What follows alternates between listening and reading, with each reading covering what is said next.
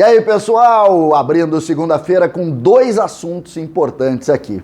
Eu quero falar sobre um cuidado extremo que o Grêmio está tendo num discurso e também sobre uma fraqueza minha que eu preciso dividir com vocês. César Cidade Dias falando de Grêmio aqui no YouTube, papo de gremista para gremista, mas antes eu quero que aqui na descrição do vídeo você veja um passo a passo de um trabalho home office que pode lhe dar mais de R$4.000 de renda extra por mês com um investimento de R$67, ou seja, uma boa oportunidade você tem no link aqui na descrição, é só entrar. E também quero lembrar que no primeiro comentário aqui fixado você tem as minhas redes sociais e eu faço questão que vocês passem ali para curtir lá também no Instagram e no Twitter, por favor. Façam parte aí e compartilhem com a gente esses grandes momentos. Gente, eu tenho dois assuntos, tá? Rapidamente. O primeiro assunto é esse discurso do Grêmio e eu vou mostrar para vocês, e o outro é uma questão minha relacionada à GPR que eu preciso dividir com vocês e quero também, obrigatoriamente, preciso da opinião de vocês sobre esse assunto. Vamos começar com o discurso do Grêmio. O Grêmio fez vitória ontem 2-1, apresentou alguns problemas, repetiu alguns problemas e começa a evoluir por outro ponto. Mas eu queria olhar fora do campo, porque me parece evidente que existe um cuidado do Grêmio em não fazer nenhum tipo de crítica à herança deixada por Renato Portaluppi. O Grêmio se organiza como um todo para não permitir que isso tome conta. Por quê? Porque os problemas do Grêmio vêm se repetindo, sobretudo os problemas físicos. Nós temos aí Pinares que está lesionado, nós temos dificuldade de alguns jogadores no DM. A parte física do ano passado, obviamente, está empurrando todo o problema para esse ano. O Grêmio enfrenta isso claramente. Só que tem um cuidado extremo para não permitir. Ontem o Thiago, em todas as respostas, ele dizia, não, nós vamos dar continuidade, nós não temos dificuldade nesse aspecto, nós não temos dificuldade...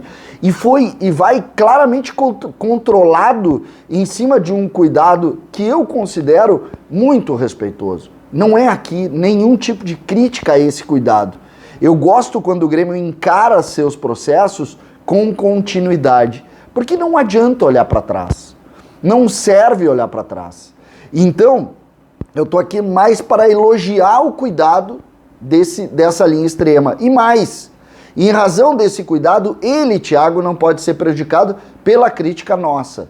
Por quê? Porque é evidente que o Grêmio tem problemas físicos, é evidente que o Grêmio se desarticulou na organização. E eu não estou falando do técnico, Renato, estou falando da comissão técnica. O Grêmio desmanchou a comissão técnica em janeiro do ano passado e isso está tendo representação hoje. Isso tudo é evidente. Só que o Grêmio está cuidando disso para que isso não gere discussão, para que isso não gere situações. E eu acho muito legal quando o Grêmio encara as situações para também ter preservação, para não deixar a política jogar, para não deixar as desculpas tomarem conta. O Thiago está muito bem comunicado, o Thiago está se manifestando muito bem, mostrando grandeza, força e grandeza. E isso, convenhamos, eu tenho que aplaudir, porque não é fácil. Normalmente eles se pegam em alguma coisa e gostam de criticar o que não está aqui. Vocês viram sempre isso, né? Vocês vivem isso no futebol há 200 anos e a gente sempre diz, claro, fulano não está aqui, hoje o DM está cheio, hoje... Sempre tem uma desculpa. O Thiago não. O Thiago não só não dá desculpa, como ele começa a entregar soluções. Então a gente tem que aplaudir. Eu fiquei muito satisfeito, é muito difícil a gente ver isso no futebol e eu tenho muito que valorizar essa questão. O segundo assunto é Jean-Pierre. E aí eu vou falar de uma fraqueza minha. E eu quero a opinião de vocês. Por quê? Vocês lembram, no início do Jean-Pierre, como eu enchi o Jean-Pierre de elogios. Eu, encantado com o Jean-Pierre, com o talento, com a forma de bater na bola. E aos poucos eu fui perdendo isso. Fui perdendo. E vou confessar para vocês que quando eu comecei a perder isso, eu comecei a desistir e entender que ele não conseguiria ser o jogador que eu imagino. E na verdade eu tô com essa dificuldade hoje. O pessoal diz, lá vem tudo com um discurso perseguindo o GPR. E aí eu fiquei pensando, pô, quando muitas pessoas falam em perseguição, tá perseguindo um jogador, tá perseguindo...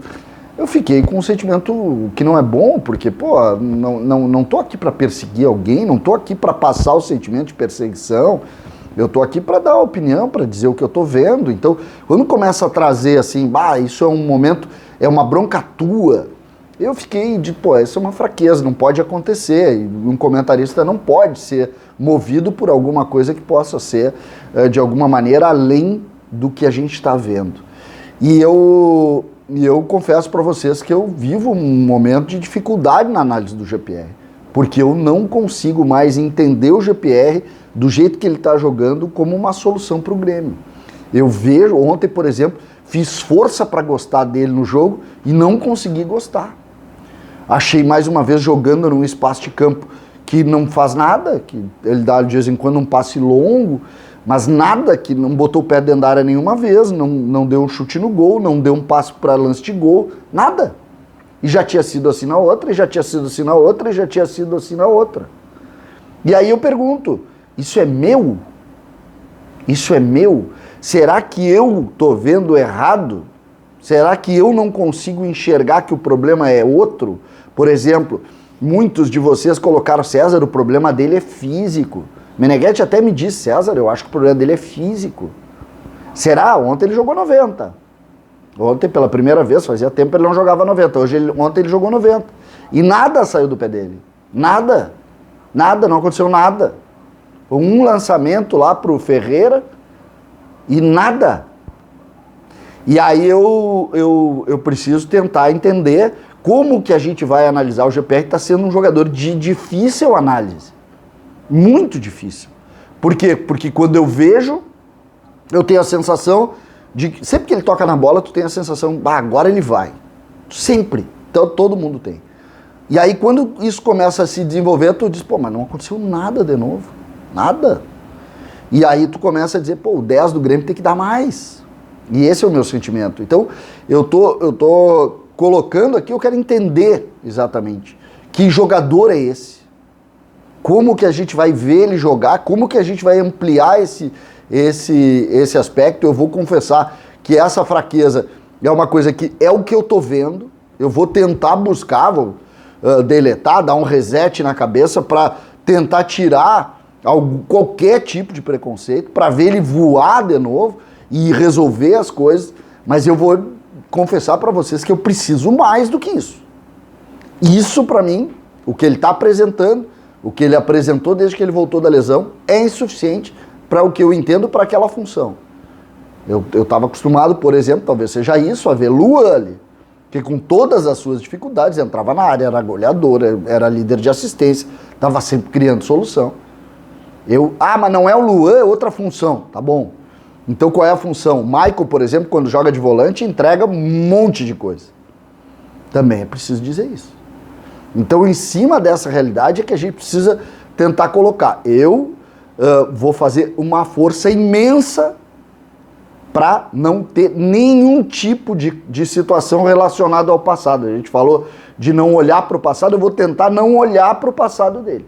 Mas esse jogador que a gente está vendo, essa situação, eu vou confessar, dentro da minha forma de ver futebol, eu não consigo ver solução. Ele tem uma partida, por exemplo, que ele tem uma assistência muito boa lá no jogo, tem um gol contra o Independiente Del Valle, tem uma assistência para o Michael, a ponto da gente lembrar aquela pifada, linda pifada por cima, o Michael entrou na cara do gol, acabou perdendo o gol. Tem, claro que tem, mas ele está jogando, então é natural. Só que a grande maioria das vezes ele não tem. E aí eu preciso que a gente tente analisar, porque é de fato uma fraqueza, não posso dizer que não, porque quando eu olho eu já me canso, entendeu? Eu já me dá um sonífero, assim, eu olho e tipo, meu Deus do céu, lá vem de novo a solução que vem, sabe aquela história de Barão de Itararé, da onde menos se espera, daí mesmo que não sai nada.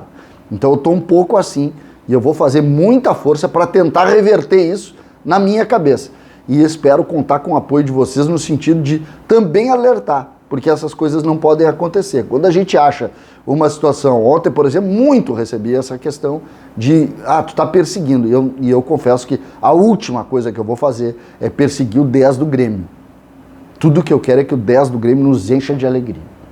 Eu não vou perseguir, mas eu vou pensar muito nisso, vou pensar para saber, para entender por que que eu, quando enxergo, tenho a sensação de que não vai sair nada dali e que nós estamos perdendo tempo.